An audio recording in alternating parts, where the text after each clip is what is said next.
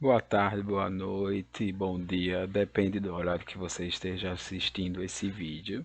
Hoje nós iremos falar sobre uma das mais importantes leis, né, da física, que são as leis de Newton. Essas leis, as leis de Newton, elas são base fundamental para que você possa compreender de forma mais macro as interações dos corpos, né, isso em relação ao seu movimento no que diz respeito à dinâmica. Antes de entrarmos na parte das leis de Newton em si, nós primeiro precisamos entender um pouco da história, entender como se deu início a essas leis que são fundamentais para a mecânica, né, para a física no que diz respeito à parte da mecânica. O que aconteceu? Newton, ele estava em um belo dia, como está representado aí na imagem, embaixo, certo? Na copa da macieira da árvore que ele tinha em sua casa, certo? Newton tinha uma árvore na sua casa, e aí essa árvore estava com frutos e cai uma maçã na cabeça de Newton. E a partir desse momento, Newton para pensar na relação da gravidade que existiu ali no momento que a maçã caiu. E a partir dessa queda da maçã que foi que Newton começou a se aprofundar nas questões que diz respeito à parte da dinâmica, criando então as leis de Newton, certo? E aí, para que a gente comece a entender um pouco dessa questão histórica dentro dos conceitos físicos envolvidos, nós primeiro precisamos, certo? Entender as interações das forças, ou seja, só vai existir força se dois corpos interagirem entre si. Se um corpo está lá parado, não tem nenhuma força atuando sobre ele. Por quê? Ele está em inércia, primeiramente, e o somatório de todas as forças vai ser igual a zero, ou seja, a força é nula ali naquele corpo. E essa força só pode ser sentida, ou, no caso, ela só pode ocorrer quando esses dois corpos interagem, ou seja, quando você coloca a sua mão e se encosta na parede, existe interação entre duas forças. E aí a gente vai entender mais à frente que se baseia também dentro de uma das leis de Newton, que é a terceira lei da ação e reação. Então, essa é a ideia que deve existir, vocês têm que ter isso em mente, que a força ela depende da interação entre dois corpos. Não existe força se não houver interação, certo? Elas podem até estar ali, porém elas estão se anulando. Ou seja, de certa forma, não há ocorrência delas.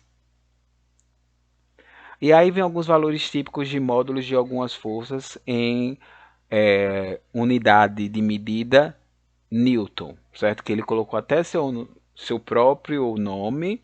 E era comum naquele tempo várias pessoas colocarem dentro das suas teorias, dentro das suas criações, o seu próprio nome como uma forma de prioridade daquilo e que era criação dele. E aí ele colocou dentro das unidades de medida no sistema internacional a medida de força sendo em Newton, certo? E aí você tem que a atração gravitacional do Sol e da Terra, existe uma força de interação, certo? Existem forças interativas, ou seja, então, dois corpos estão interagindo, Sol e Terra, e essa força de interação é de 3,5 vezes 10 elevado a 2 a 22 newtons, certo? E aí você tem que também ter uma ideia, vocês parem para pensar, a ideia de superposição de forças. O que é superposição?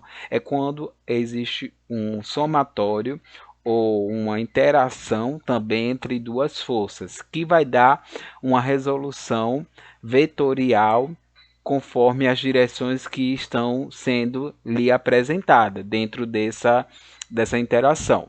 E aí você tem duas situações. Quando as forças possuem a mesma direção e o mesmo sentido, você vai ter uma força resultante. Essa força resultante é a força R, aí representada na linha na seta vermelha, que ela corresponde ao somatório das forças F1 e F2.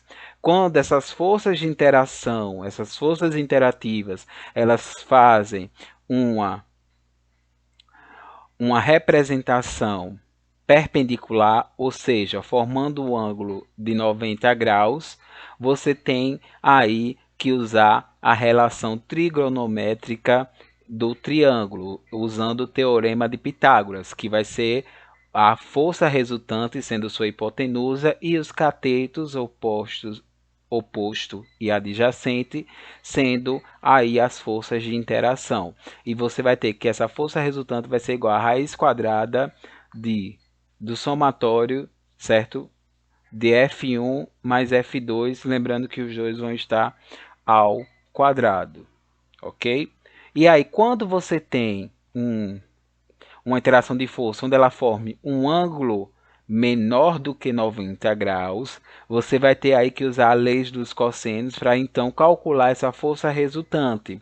Lembrando que a lei dos cossenos você tem que FR é igual a raiz quadrada da força 1 ao quadrado mais a força 2 ao quadrado mais duas vezes F1 vezes F2 vezes o cosseno do ângulo formado. Ok, pessoal? Então é importante vocês terem isso aqui em mente. Ou tentar entender na relação que existe das forças para a aplicação dos cálculos, ou, no caso, tentar decorar de uma certa forma para que você possa ter uma aplicabilidade com relação ao problema que seja apresentado para você. E aí, partindo disso, certo? Nós iremos agora entender a primeira lei de Newton. A primeira lei de Newton ela diz o seguinte, que a força resultante sobre um corpo é igual a zero e ele se move com velocidade constante. Ou seja, complementando o que está sendo colocado aí, o corpo ele tende a permanecer em inércia até que uma força interaja com ele. Ou seja, se no momento que essa força começa a interagir com esse corpo, ela vai tirar ele do seu estado de inércia, certo? E aí a gente não tem mais conceitualização em si da primeira lei de Newton, porque ela diz que o corpo tende a permanecer em inércia, ou seja, com as forças resultantes atuando sobre ele igual a zero, ou em movimento retilíneo uniforme, no MRU, que aí sua velocidade vai ser constante. Por quê?